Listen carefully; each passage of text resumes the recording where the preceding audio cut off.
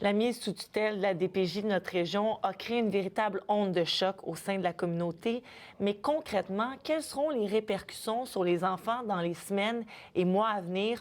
Pour mieux comprendre, j'en discute avec Maître Assouline, avocate spécialisée en droit de la jeunesse. Bonjour Maître Assouline, dites-moi, qu'est-ce que ça signifie pour les enfants et les familles, cette mise sous tutelle? Bon, on comprend que Québec reprend le contrôle de la gestion, mais quels sont les impacts sur les services? On va pouvoir avoir un droit de regard là-dessus et il ne faut plus que ça se reproduise. Là, c'est pas possible de continuer comme ça.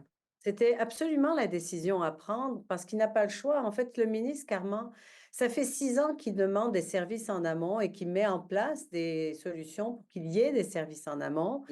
Alors, ce n'est pas l'objectif d'enlever des enfants comme on le fait, comme le fait la DPJ de la Mauricie dans ces dossiers-là. On parle d'accusations assez sérieuses. Vous, quelle lecture vous faites de tout ça? Je pense que la DPJ a des pouvoirs extraordinaires. C'est l'État qui rentre dans votre foyer. C'est énorme. Et donc, je ne crois pas qu'en plus de ça, il faut en plus rajouter des faux rapports, des rapports qui sont basés sur des préjugés, sur des impressions, et basés sur ce devoir-là et sur ces pouvoirs qui sont extraordinaires, eh bien, le devoir d'être diligent, de travailler avec rigueur. Plusieurs acteurs du milieu remettent en question l'imputabilité des intervenantes. Vous en pensez quoi?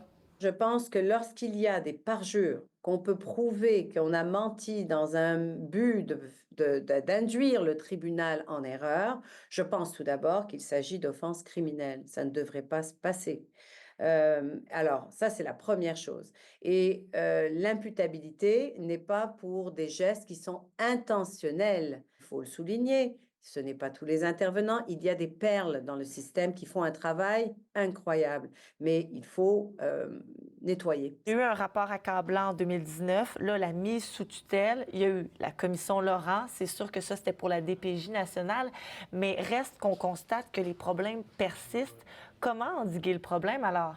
Monsieur Carman va nommer bientôt un commissaire au bien-être des enfants du Québec, pour tous les enfants. Donc, on aura cette personne à l'externe qui va pouvoir agir et qui va pouvoir changer les choses et uniformiser aussi les pratiques avec la directrice nationale. Il y a 4 niveaux de supervision. Il y a des comités. Pourquoi est-ce qu'on ne fait pas cette supervision comme elle doit être faite? Et un encadrement des agents de première ligne est nécessaire. Donc, il y a des pratiques à changer et la tutelle va nous aider énormément. Merci beaucoup, Maître Assouline. C'était très éclairant.